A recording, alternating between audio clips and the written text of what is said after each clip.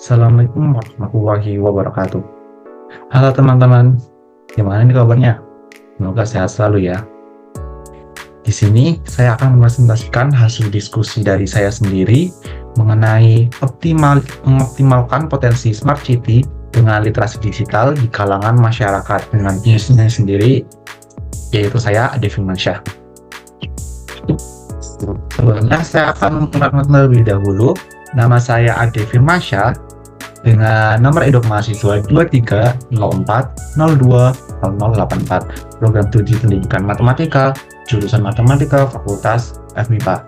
Nah, video ini dibuat untuk mengerjakan tugas ujian tengah semester dari mata kuliah literasi digital dan kemanusiaan dengan dosen pengampu Bu Anissa Aulia Safitri S.Farm M. Sling Farm. Oke, sudah terlihat ya teman-teman di layar Anda, Masya Allah. Nah, oke, langsung saja kita masuk ke pendahuluannya. Perkembangan teknologi di masa sekarang yaitu digitalisasi di era telah berperan besar dalam mengubah pola pemikiran terhadap manusia mengenai cara berinteraksi, bekerja, bahkan mengelola kota. Konsep Smart City atau yang kita kenal sebagai kota pintar menjadi solusi dalam menghadapi tantangan perkotaan yang semakin terstruktur. Penggunaan teknologi canggih seperti Smart City sangat bermanfaat dan efisien di berbagai bidang seperti teknologi, keamanan, mengelola sampah, pendidikan, hingga kesehatan. Namun, keberhasilan implementasi Smart City tidak hanya bergantung pada teknologi yang digunakan, tetapi juga kesiapan masyarakat dalam menggunakan teknologi tersebut.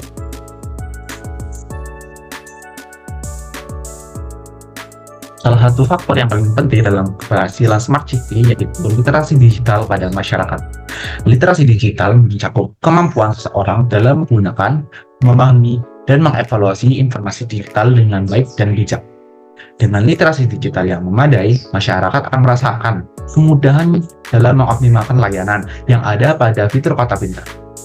Oleh karena itu, membangun dan meningkatkan literasi digital di kalangan masyarakat menjadi langkah yang penting dalam menciptakan kota pintar yang berkelanjutan dan bersinergi. Nah, di sini mengapa literasi digital menjadi langkah yang penting dalam menciptakan Smart City? Why? Melalui literasi digital, masyarakat dapat merasakan fungsi dan manfaat yang terdapat pada fitur Smart City. Contohnya nih, dalam aplikasi transformasi cerdas. Nah, kita menggunakan aplikasi transformasi cerdas agar menempuh perjalanan yang lebih efisien dari satu tempat ke tempat lain dengan rute yang akan diberikan. Misalkan melalui rute A. Kalau melalui rute A, kita akan terdapat masalah sedikit seperti kemacetan. Atau, kita mencari karena aplikasi transformasi cerdas itu memilihnya adalah jalan yang singkat dan tidak terlalu ramai. Mungkin aja selain opsi jalan A, kita bisa mencari opsi B, yaitu jalan yang sedikit lebih panjang namun lebih lancar dari kemacetan.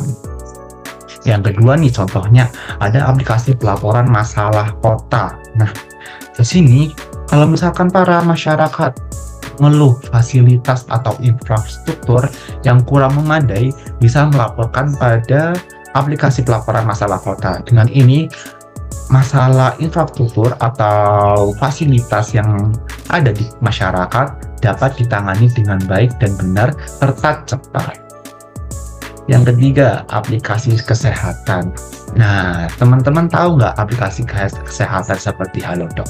Nah, di sini aplikasi kesehatan pada fitur Smart City dapat sangat berguna sekali dalam memberikan resep dokter atau penanganan yang tepat kepada para pasien hanya dari rumah melalui aplikasi dengan menyebutkan apa saja keluhannya terhadap pasien dan bisa dijawab oleh para admin aplikasi kesehatan yang tentunya berpengalaman di bidang kesehatan juga. Nah, itu 3 contoh. Literally 3 contoh yang misalkan fitur smart city atau kota pintar. Nah, literasi digital dapat meningkatkan partisipasi masyarakat dalam proses pengambilan kebutuhan berbasis data. Dengan memahami data yang dihasilkan teknologi kota pintar, masyarakat dapat berpartisipasi dalam forum diskusi nih, memberi masukan, menilai kinerja pemuda daerah, dan membangun kota dengan baik. Nah, selain itu juga, maksudnya masyarakat itu bisa berdiskusi nih, kayak ada suatu masalah bisa memberikan tanggapannya melalui fitur smart city. Oke, lanjut. Kesenjangan literasi digital di Indonesia. Oke, kita sedikit mereview ya. Kesenjangan literasi digital di Indonesia. Meskipun teknologi terus berkembang pesat, belum semua masyarakat Indonesia mempunyai akses yang sama rata mengenai literasi digital. Terdapat kesenjangan digital yang cukup signifikan antara daerah perkotaan dan pedesaan. Nah, di sini perbedaannya yaitu mencakup seperti infrastruktur antara kota dan pedesaan itu sangat berbeda sekali. Untuk perkotaan itu lebih sangat maju, dan untuk pedesaan itu kurang memadai infrastrukturnya. Yang keduanya penyebabnya adalah pengetahuan teknologi. Nah, pengetahuan teknologi itu dapatnya dari mana teman-teman? Bisa dari pendidikan, seminar, dan lain sebagainya. Nah, ini menjadi poin penting nih dalam mempunyai akses rata yang sama mengenai literasi digitalisasi di Indonesia. Kurang memadai, yaitu tentang pengetahuan teknologinya. Yang ketiga adalah sosial dan ekonomi, teman-teman. Faktor sosial sama ekonomi. Nah, banyak dari lapisan ekonomi Indonesia itu terdapat kesenjangan yang cukup signifikan antara mungkin di desa atau di kota. Bisa saja terjadi faktor ekonomi dan sosialnya, tergantung ya teman-teman. Nah, yang keempat itu adalah penyebabnya bentuk kesadaran dan pemahaman pada diri masyarakat. Nah, masyarakat belum tahu nih, misal di suatu, aku misalkan aja ya, di suatu daerah, nah itu masyarakatnya belum sadar atau pemahaman akan pentingnya literasi digital dalam menangkal cyber, seperti cyber, serangan ransomware, dan lain sebagainya. Itu sangat penting. Misalkan seperti itu, dalam kesadaran dan pemahamannya itu masih kurang, tapi belum merata hadapi masyarakat. Nah, ini adalah ada beberapa langkah. Yang pertama yaitu cara mengatasi kesenjangan literasi digital di Indonesia. Mungkin yang pertama, pembangunan infrastruktur internet yang merata di seluruh Indonesia. Nah, mungkin di pelosok-pelosok pedesaan bisa dibangun tower untuk akses internet agar lebih terjangkau dalam internetnya tersebut. Yang kedua, menyediakan akses perangkat digital yang lebih terjangkau. Nah, teman-teman, kalau misalkan saja nih harga makanan di Pulau Jawa, misalkan di Pulau Jawa ya teman-teman, nah itu relatif lebih kecil. Misalkan kita makan ayam atau bakso, paling harganya 10.000, 15.000, antara sekitar itu. Coba kita teman-teman pergi ke paling timur Indonesia, yaitu Papua. Di sana saja, misalkan kita membeli makanan, mie ayam atau bakso, harganya itu pas 10-15.000 teman-teman, tapi 100.000 sampai 150.000 lebih. Nah, dari makanannya saja sudah terjadi perbedaan harga. Apalagi misalkan kita beli HP di Pulau Jawa, pasti akan lebih mahal membeli HP di timur, yaitu di timur Indonesia, yaitu di Papua. Nah, kenapa ini? Karena karena Indonesia itu luas ya teman-teman, dari Sabang sampai Merauke terbentang pulau 17.000 lebih. Nah, di situ mungkin karena jaraknya yang jauh menyebabkan adanya kenaikan harga. Mungkin dengan subsidi dari pemerintah dapat menutupi harga biaya tambahannya tersebut. Nah, yang ketiga adalah memasukkan literasi digital dalam kurikulum. Nah, ini sangat penting teman-teman. Kenapa? Karena dari awal, dari anak-anak kita harus sudah dari anak-anak dan remaja harus mengetahui literasi digital itu sangat penting teman-teman. Nah, makanya bisa saja memasukkan literasi digital dalam kurikulum sejak dini.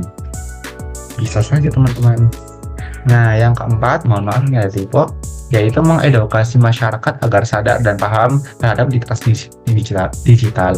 Caranya bagaimana? Caranya misalkan mengadakan seminar, kepelatihan, dan lain sebagainya. Oke, kita lanjut. Nah, kita mereview nih inisiatif dan peran pemerintah dalam mendorong literasi digital. Pemerintah memegang peran penting dalam menemukan suatu hubungan yang mendukung literasi digital. Salah satu tindakan pemerintah adalah program Indonesia Digital Nation yang bertujuan untuk meningkatkan kemampuan literasi digital masyarakat. Selain itu, pemerintah juga dapat mengembangkan para pelaku usaha antar sektor publik dan swasta untuk menciptakan kesadaran bersama dalam meningkatkan literasi digital. Oke.